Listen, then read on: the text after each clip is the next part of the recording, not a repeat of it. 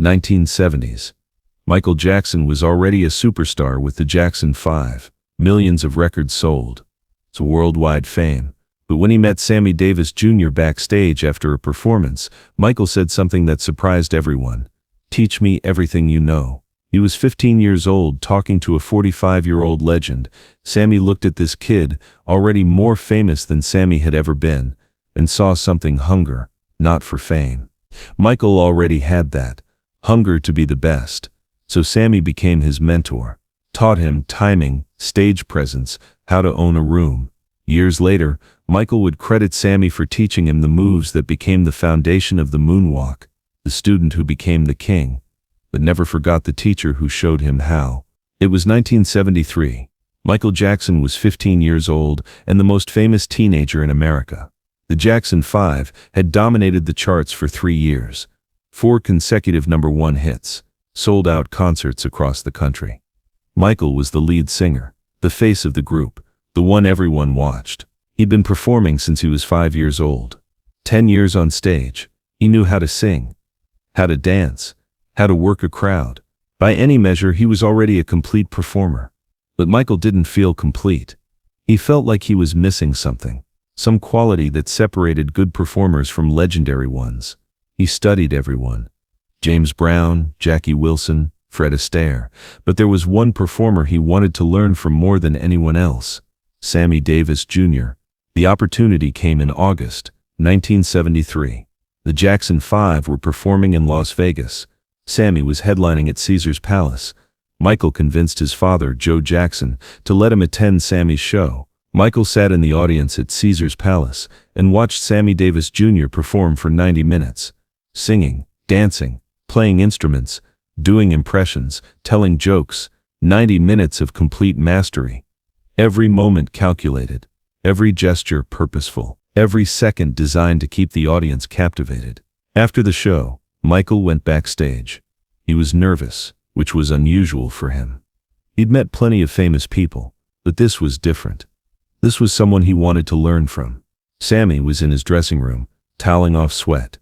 When someone knocked, his assistant opened the door. "Mr. Davis, Michael Jackson would like to meet you." Sammy looked up. "Michael Jackson? From the Jackson 5? "Yes, sir." "Send him in." Michael entered the dressing room. Sammy stood up, extended his hand. "Michael Jackson, I've been watching your group. You're extraordinary." Michael shook his hand. "Thank you, Mr. Davis. I just watched your show. It was Marcus." Sammy laughed. "Perfect, kid. I screwed up 3 times out there, but thank you." They talked for a few minutes. Casual conversation. Sammy asking about the Jackson 5, Michael asking about Sammy's career. Then Michael said something that changed both their lives. "Mr. Davis, I want to ask you something, and I know it might sound strange because I'm already performing professionally." But he took a breath. "Would you teach me? Everything you know about performing, how you control the stage, how you make it look effortless, how you," he gestured, trying to articulate something he felt but couldn't fully express, "how you make people forget they're watching a show and feel like they're experiencing something real." Sammy looked at this 15-year-old kid, already more famous than Sammy had been at 30, already making more money, already playing bigger venues. "Michael," Sammy said carefully, "you're already one of the best performers in the world. What could I possibly teach you?" "Everything," Michael said simply. "I can sing. I can dance. But I don't know how to be legendary. You do." There was something in the way he said it. Not flattery. Not manipulation. Genuine hunger. The kind of hunger Sammy recognized because he'd had it himself at 15. The desperate need to be not just good, but transcendent. "Are you in Vegas for the week?" Sammy asked. "Yes, sir. We perform through Saturday. Come back tomorrow. 2 p.m. We'll work." Michael's face lit up. "Really? Really? But understand something. If I'm going to teach you, you do exactly what I say. Even if it doesn't make sense. Even if you think you already know it." "Understood." "Yes, sir. And stop calling me sir. Call me Sammy." The next day, Michael showed up at Sammy's dressing room at exactly 2 p.m. Sammy was already there, wearing dance clothes. "We're going to start with something simple," Sammy said. Walk across the room. Michael looked confused. Just walk. Just walk. Michael walked across the room. Normal walk. Nothing special. Again, Sammy said. Michael walked back, still normal. What are you trying to teach me? Michael asked. I'm not trying to teach you anything yet. I'm watching how you move naturally. Because here's what most performers don't understand. Everything you do on stage is a choice.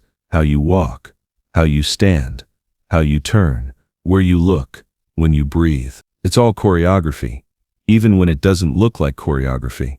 So first, I need to see what you do when you're not thinking about it. For the next 2 hours, Sammy watched Michael move, walking, standing, sitting, dancing, taking notes, asking questions. Why do you lead with your right foot? Why do you look down when you spin? Why do you hold your breath during that move? Michael didn't have answers. He'd never thought about these things consciously. He just did what felt natural. That's the problem, Sammy said. Natural is good for practice, but on stage everything has to be intentional. If you do something by accident, it might work once, but you won't be able to repeat it. And you won't be able to make it better. Over the next week, while the Jackson 5 performed their evening shows, Michael spent his afternoons with Sammy, learning things that seemed basic but were actually profound. How to enter a stage, how to claim space, how to use silence, how to control rhythm, how to make the audience wait, how to surprise them when they expected routine. This move you do, Sammy said one afternoon, demonstrating one of Michael's signature dance steps. It's good. But watch. He did the same move, but with a tiny pause in the middle, a moment of stillness that made the movement before and after more powerful. See the difference? Michael saw it. The pause created anticipation, made the audience lean forward, turned a good move into a great moment. That's the secret, Sammy said. It's not about doing more. It's about knowing when to do less, when to pause, when to breathe, when to let the audience catch up to you. They worked on timing, the microscopic adjustments that separated good performers from legendary ones, the difference between hitting a beat and riding it, between executing a move and embodying it. You're already technically better than I ever was, Sammy told him honestly. Your dancing is cleaner. Your voice is stronger. But technique isn't what makes legends. Presence is what makes legends. And presence is about understanding the space between the notes, the silence between the moves, the moment before you do something, when the audience doesn't know what's coming but they know it's going to be incredible. Michael absorbed everything. He'd ask questions, try variations, push for understanding. He wasn't satisfied with this is how you do it. He wanted to know why. What was the principle? What was the psychology? Sammy loved that about him. This kid wasn't interested in copying. He was interested in understanding, which meant he'd be able to adapt, to create his own style. One afternoon, Sammy showed Michael something he'd been developing, a move that created the illusion of floating backward while appearing to walk forward. It was part mime, part dance, part optical illusion. Sammy had been working on variations of it for years. Watch my feet, Sammy said. He demonstrated the move. It looked impossible, like he was defying physics. Michael's eyes went wide. How are you doing that? Practice, and understanding how the eye works. The audience sees what they expect to see, so you give them one signal. He pointed to his upper body, which moved forward, while doing the opposite. He pointed to his feet, which slid backward. Their brain can't process the contradiction, so it looks like magic. Michael tried it, failed, tried again, got closer. Don't rush it, Sammy said. This move took me 10 years to perfect. You're not going to get it in one afternoon. But Michael was obsessed. He practiced for hours, in his hotel room, backstage at his own shows, every spare moment. Why is this move so important to you? Sammy asked later that week. Because it's impossible, Michael said. And if I can make it look easy, I can make anything look easy. Sammy smiled. Now you're thinking like a legend. The week ended. The Jackson 5 moved on to their next city. But Michael and Sammy stayed in touch. Phone calls, letters. Whenever they were in the same city, they'd meet up. Sammy would show Michael new techniques. Michael would show Sammy what he'd developed. It wasn't a formal arrangement, no contracts, no schedules, just an older performer who saw potential in a younger one, and a younger performer who respected the craft enough to learn from someone who'd mastered it. Over the next few years, Michael's career evolved. He went solo, started writing his own material, developed his own style. By the late 1970s, he was becoming something beyond a child star. He was becoming an artist. In 1979, Michael released his first solo album as an adult. It was called Off the Wall. It was a massive success, but Michael wasn't satisfied. He wanted more, wanted to be bigger, wanted to be undeniable. He called Sammy. "I'm working on something. A new album, and I want it to be perfect. But I feel like I'm missing something." "What are you missing?" "I don't know. That's the problem." "Come to Vegas," Sammy said. "Let's work." They spent a week together. Michael showed Sammy the music he was working on, the choreography he was developing, the vision he had for what this album could be. Sammy listened, watched. Then he said something Michael never forgot. "You're trying to be perfect. Stop. Perfect is boring. Perfect is predictable. What you need to be is unforgettable. And unforgettable means taking risks, doing things that might fail, pushing past the point where most performers would stop because they're afraid of looking foolish. But what if I fail? Then, you fail spectacularly. And people will remember that too. But you won't fail. Because you're too good. And you work too hard. But you need to give yourself permission to attempt the impossible. Not the difficult. The impossible. Because that's what legends do.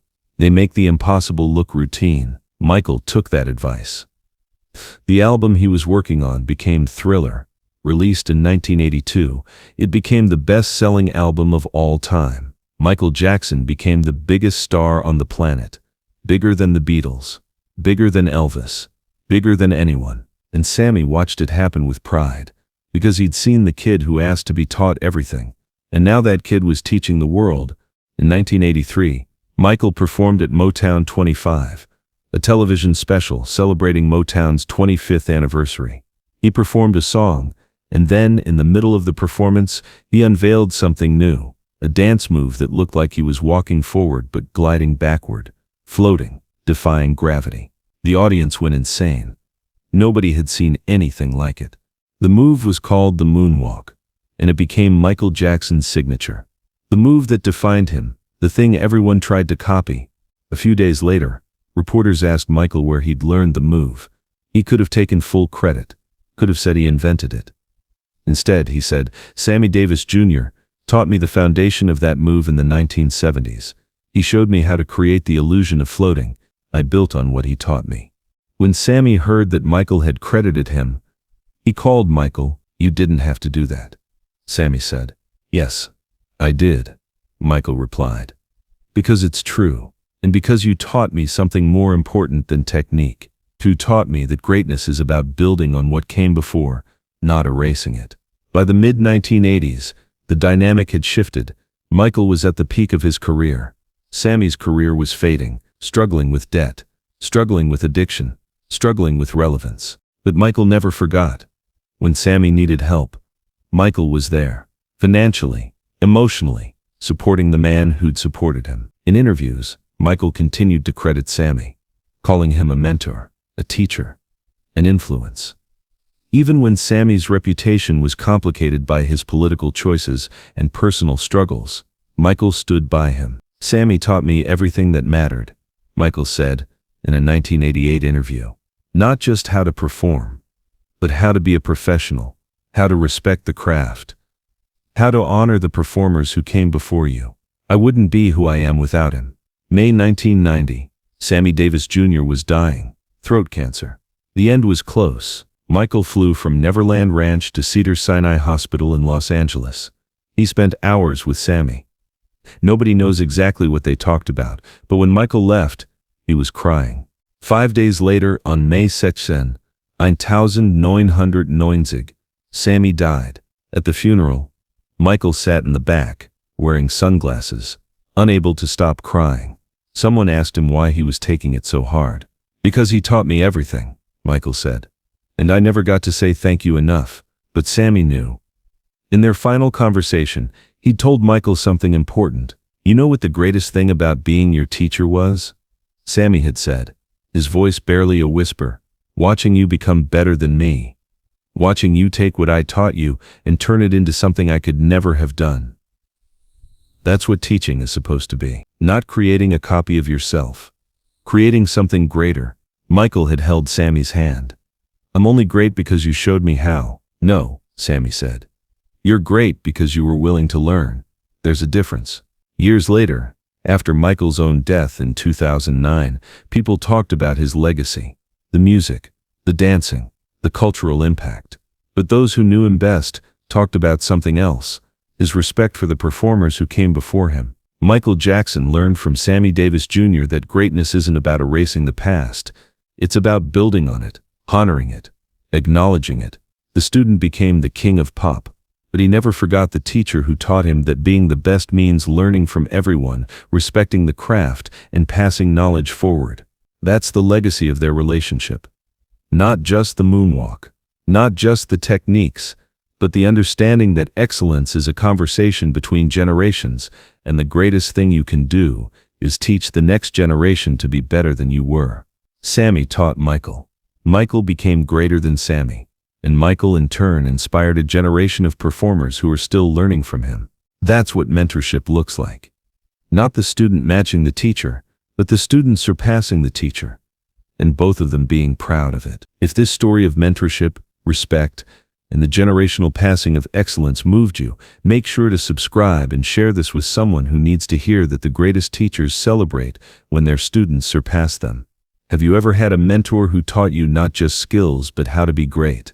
Share your story in the comments below, and don't forget to ring that notification bell for more incredible true stories about the legends who showed us that greatness is built on the shoulders of those who came before.